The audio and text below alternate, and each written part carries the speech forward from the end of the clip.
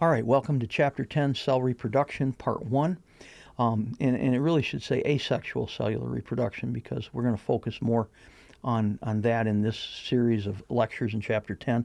And we'll look at sexual reproduction in a later chapter, probably, I believe it's Chapter 11.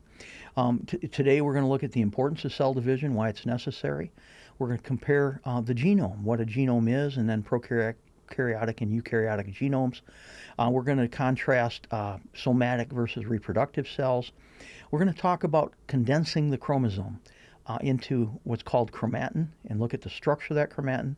We're going to talk about apoptosis, which is programmed cell death, and we're going to finish this section off by looking at how prokaryotic cells reproduce asexually.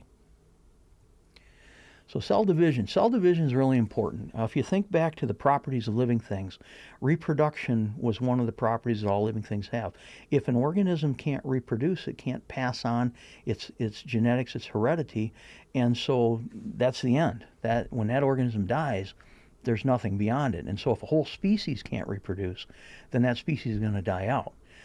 If you're a single-celled organism, you're predominantly using asexual cell division to reproduce, to continue your species.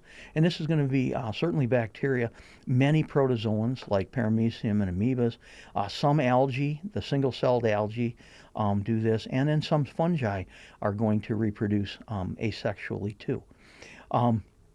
Multicellular organisms, asexual cell reproduction is primarily used for growth and maintenance and sometimes repair of cells and tissues. And this would be plants and animals and everything else that's multicellular. And there's quite a few things, some that you'll see in your pond water sample when we start working with those.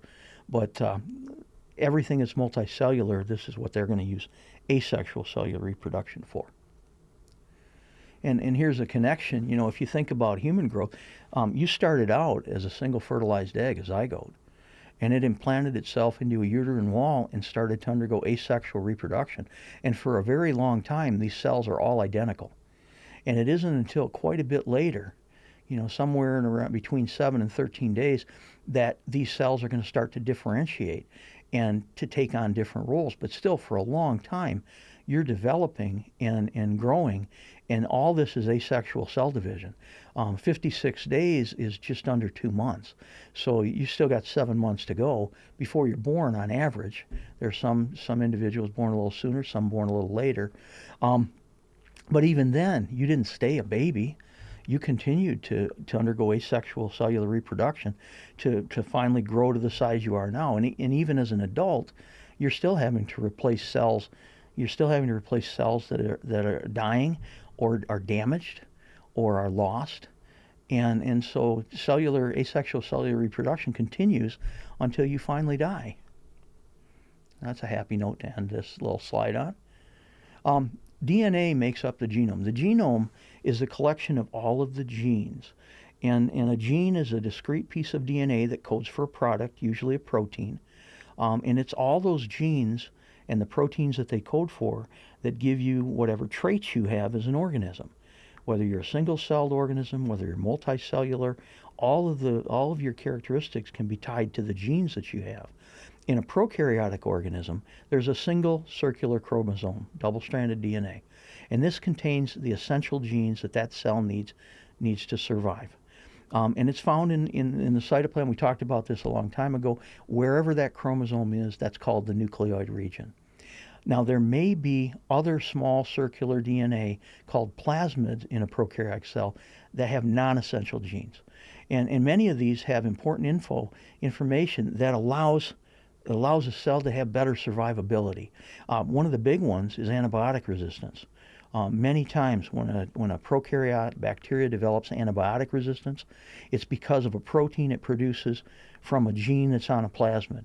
And the real problem with this is there's a process called conjugation where one cell can copy its plasmid and send it to another cell. Remember those sex pili we talked about way back in Chapter 4, I think it was? Those hollow tubes that allowed plasmids to go from one cell to the other. Now they both have it. And the thing about plasmid conjugation is it can go across species lines. So this is a real problem with antibiotic resistance. The eukaryotic genome, by comparison, Eukaryotes tend to have multiple and paired chromosomes. And of course, the number of chromosomes varies. In humans, we have on average 46 chromosomes, 23 pairs. This is what we would call a karyotype, where we look at the chromosome structure of an individual. We'll talk about that later on in a later chapter. Because there's an X and a Y chromosome here, this is a male. If both of these chromosomes were the same, then it would be a female with two X chromosomes. We'll talk about that later too. Within a species, chromosome number is usually consistent.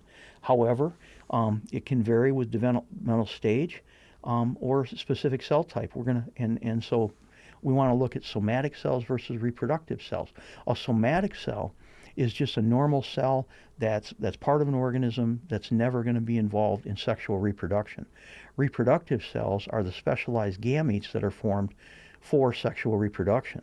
And the reproductive cells tend to have half of the chromosomes of a somatic cell. Mitosis is when somatic cells are reproducing. Meiosis, which we're going to see in a far later video, like 3 away, is the process of building these reproductive cells. And then sometimes something called non-disjunction occurs. And in non-disjunction, instead of one copy of each chromosome going into a gamete, several copies go into one daughter cell and none into the other, and so we don't get that 23 pairs. We end up with maybe 47 or 45 chromosomes. And we'll talk about, again, that in a much later lecture about the various types of non-disjunction that occur and why they're an issue. So a somatic cell are the normal cells that make up your muscles and your bones and your hair and your eyes, and they're never ever going to be involved in sexual reproduction. They have two matching sets of chromosomes, and that makes them diploid. Two matching sets, diploid, 2N. And that terminology will really be a bigger issue later on. They reproduce by mitosis. Gametes, on the other hand, which would be the egg and the sperm in humans, have half the chromosome number. And we say that they're haploid, or 1N, and we form those during meiosis. When the cell is not dividing, the chromosomes are loosely packed. And the reason they're loosely packed is so that enzymes can very quickly go to the DNA, find a gene that they need remember, genes store information. So enzymes need to be able to go to the chromosome, get to that gene, copy that information, and take it elsewhere so they can build a protein. So the DNA needs to be accessible. And in a loosely packed DNA of a cell that's not reproducing, that's easy to do. But when the cell begins to reproduce, those pieces of DNA are long and thin. Think of it like kite string. You know, if you've ever flown a kite, think back to when you were a kid and you flew a kite, and you had maybe 250 feet of kite string, and the kite was all the way up, and then pretty soon the kite crashes, because they always crash. And then when you go walk into the kite, you don't just drag the kite string behind you, because if you do, it's going to get tangled, it's going to get caught on weeds and shrubbery, and it might break, it might get dirty, it might have stuff tangled. So what you do is you're walking to the kite, you wrap the kite string around a stick or a reel or an empty pop bottle or something, so that when you're walking, it's not dragging around behind you, it's condensed. And we want to do the same thing with the DNA, because we're going to take that DNA and we're going to copy it, and then we're going to have to move one of each copy, what are called sister chromatids. We're going to move one of each of those to new daughter cells. And when we're moving that DNA, we can't have it long and thin, because it won't all move to where we want it. We have to condense it. And so it's going to be really important, this condensation process of the chromatin. Again, chromatin is the cell's DNA and then the associated proteins. It turns out that there are proteins called histones, and these histones bind to the DNA. The DNA wraps around these histones. So a core of 8 histones with DNA wrapped around it is called a nucleosome. And then there's a short piece of DNA between nucleosomes called linker DNA. And what it does is it makes the DNA, which is this double helix, it ends up looking like beads on a string. But then this chromatin continues to condense and forms a coiled fiber, which then binds to scaffold proteins, which help it to condense even further to the point where now this long, thin molecule is really short and condensed, and it's very easy for us to control where it is within the cell. And so condensation of the chromosome is a very important process that has to occur prior to actual cell division. Now, during growth and development, certainly cells reproduce, but some cells also die. And oftentimes in development, this programmed cell death, what we call apoptosis, is necessary. If you look at a chick and a duck, right, a little chick and a duck, the duck wants to have webbed toes because most ducks are going to spend most of their time swimming, and by having webbed toes, they're much more efficient at swimming and diving. Chickens don't generally swim and dive. They don't like it when you toss them in the pond. Okay, so what's going to happen is they're going to start out with that webbing, but then these cells of the webbing are going to die to form the toes of a chicken foot where the toes aren't connected. And the same thing happened to you when you were born. When you're developing, there was a point where all your fingers and toes were fused together.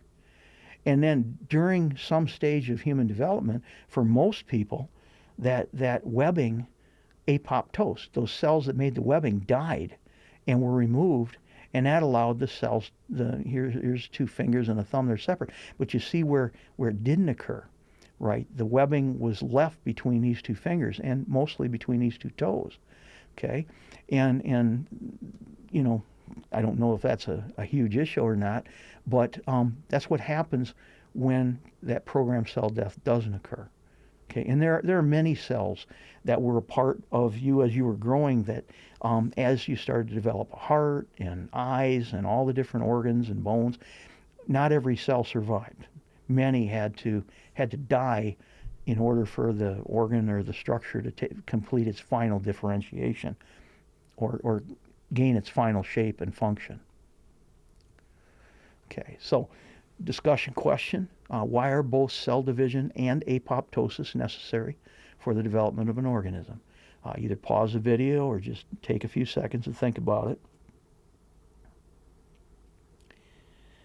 Well, cell division is allowing for single-celled organisms to reproduce, but multi-cell to grow, develop, and repair and maintain.